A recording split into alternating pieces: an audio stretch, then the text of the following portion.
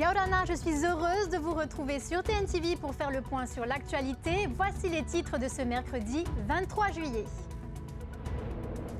Le CHPF, des progrès mais encore trop de fragilité. La Chambre territoriale des comptes invite le vaisseau amiral des établissements de santé à accélérer sa transformation.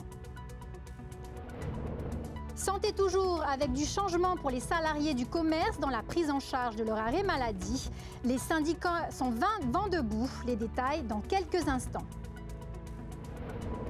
Kélia Galina, 12 ans, est déjà dans la cour des grands. La jeune surfeuse de Teahup'o participera dans quelques jours à la Tahiti Pro, épreuve du circuit mondial dans la passe de Hawaii. C'est le portrait du jour.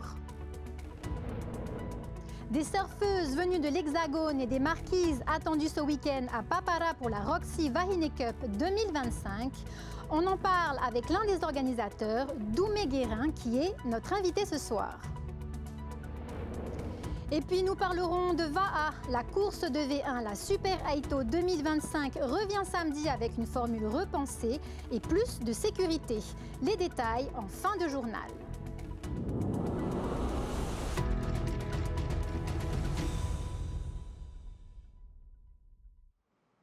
Le rapport a été rendu public hier. La Chambre territoriale des comptes s'est penchée sur la gestion de l'hôpital de Taoné sur la période 2018-2023. Un des problèmes pointés par le document, le manque d'attractivité de l'établissement et ses difficultés de recrutement.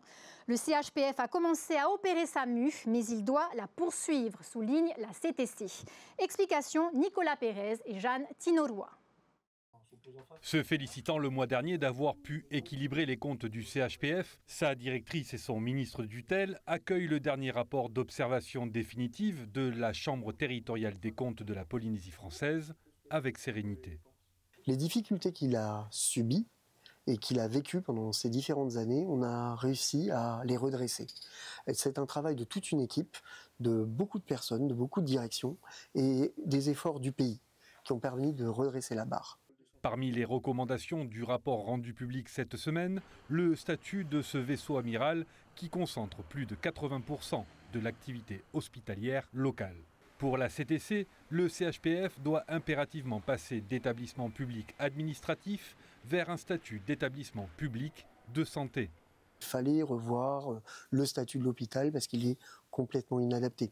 Complètement inadapté pour deux choses, c'est que les lignes budgétaires ne peuvent pas être affectées en fonction des besoins et l'annualité budgétaire n'est pas en adéquation. On soigne les gens tout le temps et tout au long de l'année et sur plusieurs années. On ne peut pas se limiter sur un an à faire un budget pour un an qui s'arrête comme ça.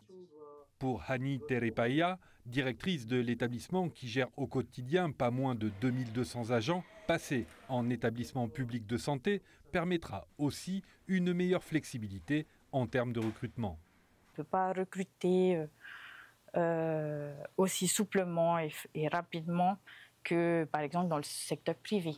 Mais là, l'établissement public de santé va nous donner plus d'autonomie et de souplesse dans les recrutements notamment. Pour arrêter l'hémorragie des départs des personnels soignants, pointé par le rapport, l'amélioration des conditions de travail est vue comme une priorité pour retrouver de l'attractivité. La Chambre territoriale des comptes souligne que l'absence de passerelle attractive avec la fonction publique hospitalière hexagonale limite la mobilité des professionnels, créant une rupture de carrière. Lorsqu'on recrute des médecins qui viennent d'Hexagone, en fait, c'est tout de suite la rupture entre leur statut, leurs conditions de travail, le temps de travail, la rémunération. Enfin, toutes ces conditions de travail sont différentes et c'est vrai que ça crée une rupture de carrière, mais aussi de conditions de travail.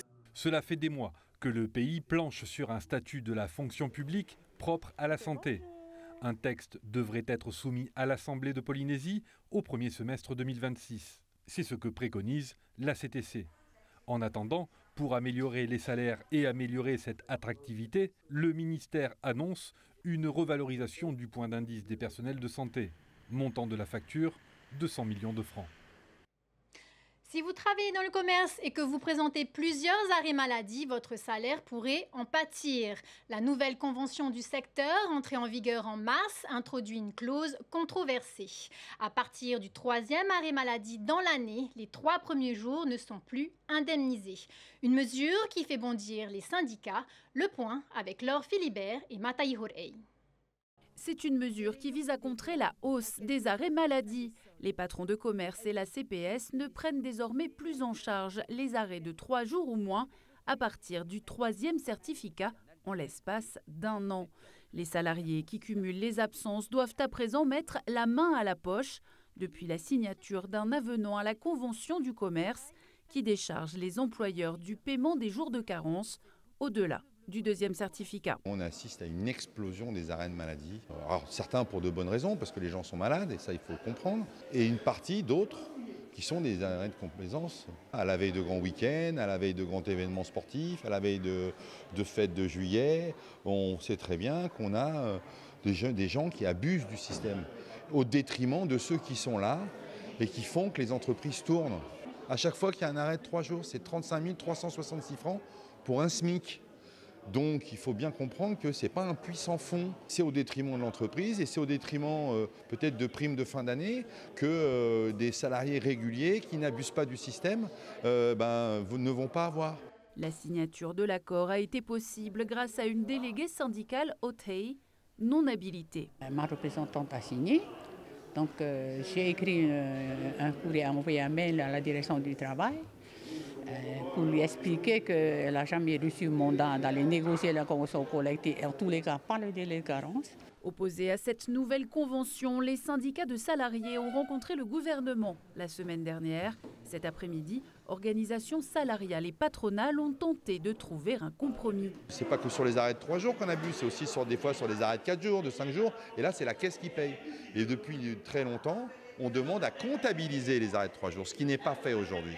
Donc il faut absolument qu'on en parle avec les syndicats. Les temps ont changé. Je suis solidaire avec tous mes collègues, bien évidemment, et je les remercie d'avoir été solidaires dans cette action. Et ça, je tiens à le faire. Et je tiens aussi à m'excuser auprès des autres salariés qui ont participé aujourd'hui à la signature, qui ne font pas partie de mon syndicat. Et ce n'est pas la volonté affichée de la Confédération. Ça arrive, voilà. En cas d'échec des négociations, un préavis de grève pourrait être déposé mardi. C'est un pilier de la langue maori qui nous a quittés. Jean-Claude Hawata est décédé ce matin à Tupuai. Professeur de Reo Teiti, auteur et militant culturel, il laisse une empreinte forte dans le paysage éducatif et associatif du Fénois. Retour sur son parcours avec Vetia Renauta. C'est le programme de ma vie. Dire qu'on est polynésien et qu'on ne suit pas ce message-là, on n'est plus polynésien. Il était une figure respectée du monde de l'enseignement et de la culture polynésienne. Jean-Claude Poiheri Hawata est né à Tupuai, dans l'archipel des Australes. Toute sa vie, il aura été un fervent défenseur de la langue et des traditions maori.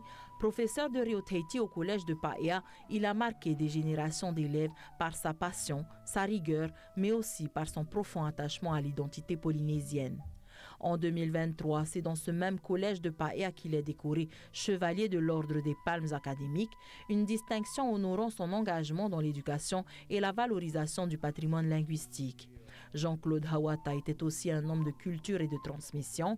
Membre actif de l'association Haururu, il a contribué à la cérémonie ancestrale de la levée des Unu, connue sous le nom de Oroatuhitira, une démarche forte dans le respect des rituels traditionnels. Il a également œuvré au sein de l'association Te Ahau Te Reo, qui regroupe les enseignants de Reo Maori, unissant les efforts pour la sauvegarde et l'évolution de la langue tahitienne dans le système éducatif. Créateur dans l'âme, il a prêté sa plume et son esprit à plusieurs thèmes du Heiva pour les groupes, participant ainsi à faire rayonner la culture sur scène, notamment pour Tamarit Ahuia de Tupuai ou encore pour le groupe Manohiti de Punaawia. Aujourd'hui, à l'âge de 61 ans, Jean-Claude Hawata s'en est allé. Il laisse derrière lui son épouse, ses 4 enfants et ses 2 petits-enfants. Direction Te Ahupu'o à présent à la rencontre de Kelia Galina qui vient de décrocher une place pour la Tahiti Pro, étape du circuit mondial. À 12 ans, elle s'apprête à défier les meilleurs mondiales. C'est le portrait de la rédaction par Désiré Teivao.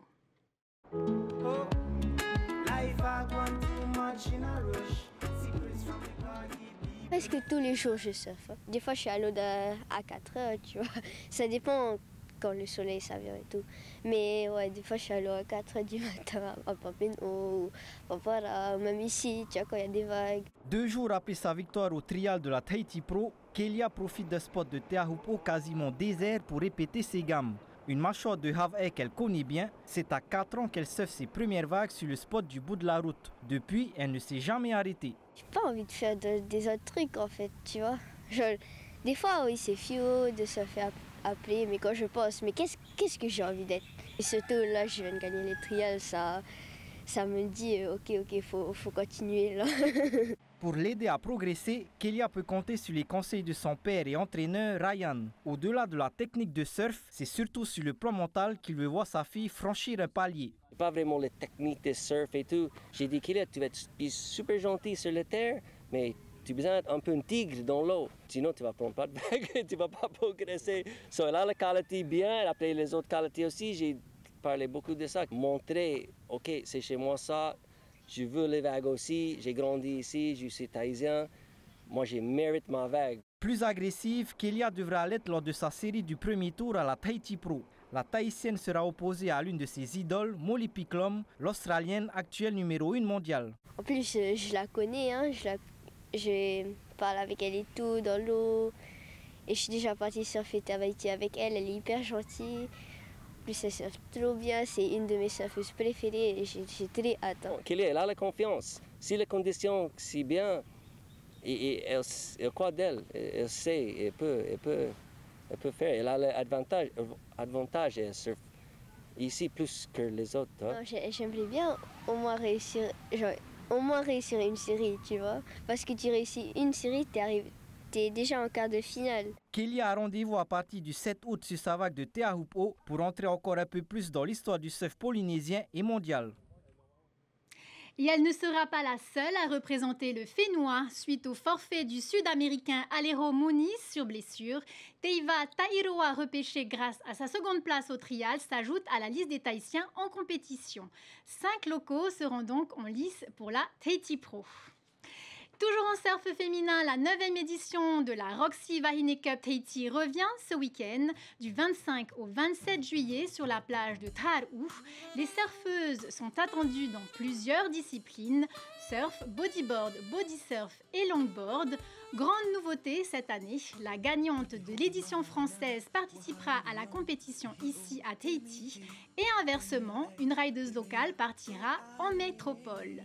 Pour parler de cet événement, nous recevons Doumé Guérin, organisateur de l'événement et passionné de glisse. Yaurana. Yaurana, Vemiti. Alors pour la première fois, un échange est mis en place entre Tahiti et la France. Comment s'est construit ce partenariat ? En fait, c'est venu d'une rencontre avec un ami en France. Quand j'étais en France pour le championnat de France, j'étais juge et j'ai rencontré cette personne. Et il est venu me revoir à Tahiti. Et, au bout d'un moment, il voulait organiser une compétition féminine en France et il a pensé à faire le lien entre Tahiti et la France. Alors, 2 surfeuses marquisiennes sont en lice également. C'est important pour vous que les archipels soient représentés à cette compétition de surf ? Oui, bien sûr. Ouais, on adore voir les filles des îles venir participer. Il n'y a pas de compétition dans les îles forcément, surtout pour les filles. Donc c'est une bonne opportunité pour elles de venir et rencontrer les autres filles de Tahiti. Et les marquisiennes encore plus parce que c'est la première fois qu'on va avoir des marquisiennes sur la compétition et ça vient aussi de notre séjour qu'on a passé à Hivaoa en janvier et où on a fait un échange avec le Kaohanui Surf Club et donc on a découvert ces 2 surfeuses et ça y est, elles sont là pour participer, quoi. Et du coup, vous accueillez des rideuses de Tahiti, de France, mais également des marquises. Quel est l'objectif principal de cette compétition ? L'objectif, c'est de proposer un événement uniquement féminin pour qu'elles puissent vraiment se sentir entre elles et être mis en avant à fond parce que d'habitude, sur les compétitions mixtes, elles sont moins mises en avant que les garçons. Donc là, c'est vraiment tout le week-end est fait pour elles et c'est bien aussi pour qu'elles progressent. Il y a beaucoup de catégories. Les plus jeunes espoirs peuvent se surclasser dans d'autres catégories et passer plusieurs fois à l'eau, parce qu'il y a un bon entraînement, une bonne pratique pour s'entraîner pour les compétitions internationales. Et on a également les filles amatrices qui peuvent faire une compétition alors qu'il n'y a aucune autre compétition où elles peuvent aller à ce niveau-là en fait. L'année dernière, vous aviez eu à peu près 70 participantes. Cette année, combien est-ce qu'il y en a? Ouais, les deux dernières années, on a fait un record de plus de 70. Et là, cette année, c'est moins parce que c'est la période de vacances. Il y a beaucoup de filles qui ne sont pas là. Il y en a certaines aussi qui sont allées à l'international pour des compétitions importantes. Et donc, on a une quarantaine d'inscrites pour ce week-end. Voilà, Kélia en fait partie? Ouais, Kélia, elle est inscrite dans 3 catégories. Tu vois, elle va pouvoir faire minime, cadette, junior. Et donc, la gagnante junior gagnera un billet pour aller participer à l'édition française l'année prochaine. Rapidement, est-ce qu'il y a des nouveautés dans le programme de compétition cette année? Alors, les nouveautés, c'est pas mal d'exposants. Il y a plus d'exposants dans le village surf, donc pour les animations, etc. Et le programme va être un peu différent de d'habitude parce qu'on a une grosse houle ce week-end. Donc, samedi, ça risque d'être assez gros. Donc on va faire une grosse journée vendredi où quasiment toutes les catégories vont passer vendredi, alors que d'habitude ça passe sur deux jours différents. Et après le dimanche, on va faire toutes les finales. Et samedi, on verra en fonction des conditions si on peut lancer quelques séries ou pas. Super. Merci Doumé Guérin d'avoir été avec nous ce soir. Vous êtes, je rappelle, co-organisateur de l'événement Roxy Vahine Cup qui se tiendra du 25 au 27 juillet. Après le surf, le Va'a, autre grand rendez-vous sur l'eau ce week-end, la course Super Aito 2025. Les rameurs V1 s'élanceront samedi entre Pir'e et Mahina avec le retour d'une course en 2 étapes et un dispositif de sécurité renforcé. L'an passé, 12 bateaux suiveurs et 2 jet skis étaient chargés de la sécurité. Pour cette nouvelle édition, le comité organisateur de la Super Aito a décidé de mettre en place un dispositif plus important. Objectif, diminuer au maximum les risques d'accident pour les rameurs, mais pas seulement. Cette année, on est passé à 20 bateaux, 5 jet skis. Parce que bon, il y a le côté sécurité, mais il y a aussi le côté sécurité de la course, quoi. C'est-à-dire que tu sais, les bateaux, parents, amis, clubs qui viennent, on a augmenté le nombre de bateaux qui constituent en fait la sécurité générale pour faire en sorte que les rameurs pourront se battre entre eux sans qu'il y ait d'aide d'extérieur. Des juniors aux vétérans 60 ans, au total 96 sportifs sont inscrits à la Super Aito 2025.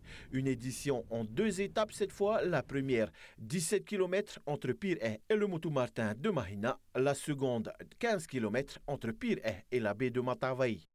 On est toujours dans cet esprit de préparer la World Tour de 2030. Et donc, ça fait 3 ans qu'on change tous les ans. Et ça vient de mettre du piment dans le spectacle, parce que celui qui aura mal fait sa première étape aura peut-être l'occasion de se rattraper sur la deuxième et vice-versa.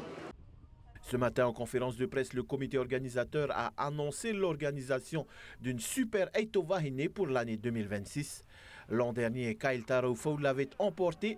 Conservera-t-il sa couronne? Réponse ce samedi 26 juillet. C'était un reportage de notre journaliste Naya Bennett. Et pour cette édition 2025, des courses pour les kayaks et paddle stand-up sont aussi prévues pour faire de cette journée un grand rendez-vous de la rame, tous supports confondus. C'est la fin de cette édition. Merci de votre fidélité. Restez avec nous. Votre soirée démarre avec vos documentaires iconiques Polynésie et Pays-nous à la dérive. Retrouvez ensuite 2 épisodes de la série Unforgettable, puis la soirée du 11 juillet au Heiwei Tahiti en intégrale. Excellente soirée sur TNTV. À demain pour un nouveau rendez-vous avec l'actualité. Retrouvez ce journal en replay sur notre site internet et notre application mobile TNTV.